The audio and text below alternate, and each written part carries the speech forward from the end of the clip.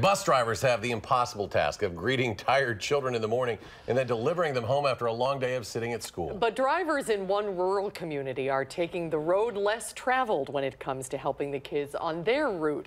They know it's time to talk and to learn more about mental health, and only our Danica Lewis has the story. All right. Here we go.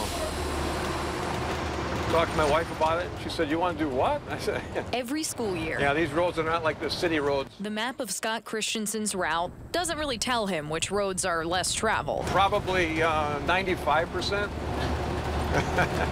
It's a bumpy ride. Can't you go around that tractor or without deer and turkeys? Any obstacles. Depending on the road conditions, sometimes it shakes a little bit, but for the most part, these are pretty steady.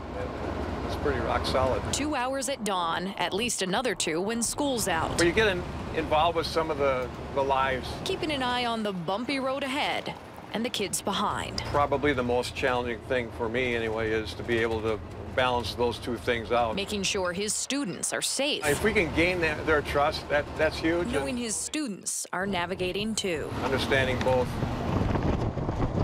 Everything that you can think of, they're talking about it. We are learning so much. Ask them. They'll tell you. Barbara Grancy is the director of pupil services where Scott drives Adams Friendship, a district with a $19 million budget and $1 million going toward mental health services for its kids. We already have a lack of resources. And if the hours-long bus ride is any indication, most of these families don't have those services close by. So we're trying to take away that barrier and offer it here at school where we know we have access to the students. Along with bringing therapists into the classrooms, every teacher, principal, secretary, every single school employee is now required to take mental health first aid. It's not something any one person could do. Which is why all of the Cobussen drivers spending 20 hours with students every week are training too. It's very possible that, indeed, I might be spending more time with the students than sometimes their parents because of their busy lives as well. So, yeah, I hadn't thought about that, but I guess that could be the case. Scott has already gone through the training, and he was surprised to hear that 1 in 4 of the middle and high schoolers he's driving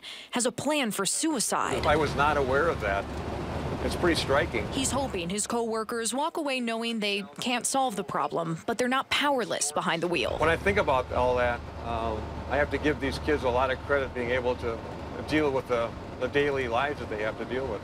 Sure, the ride will be bumpy. It's a whole nother ball game, yeah. But knowing what could be ahead keeps everyone safe, no matter what that road might bring. And it's going to be a better environment on the bus, on their buses.